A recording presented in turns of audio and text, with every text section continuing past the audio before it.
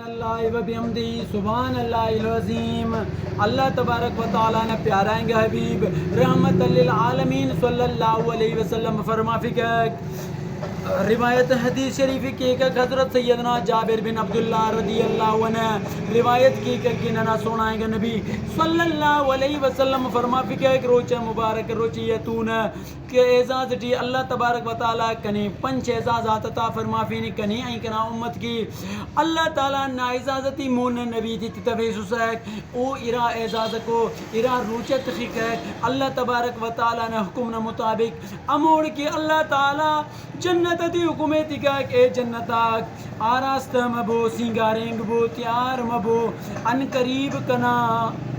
بندہ نمیٹی داخل مرنگ والا ہے ارا بندہ ہمو بندہ ارا روچت خانے ہمو بندہ ارا عبادت کرنے ہمو نیک انسان ارا روچت خانے انا اعزاز کیری اللہ تبارک و تعالی تنا پیارائیں گے نبی حضرت محمد مصطفیٰ صلی اللہ علیہ وسلم نے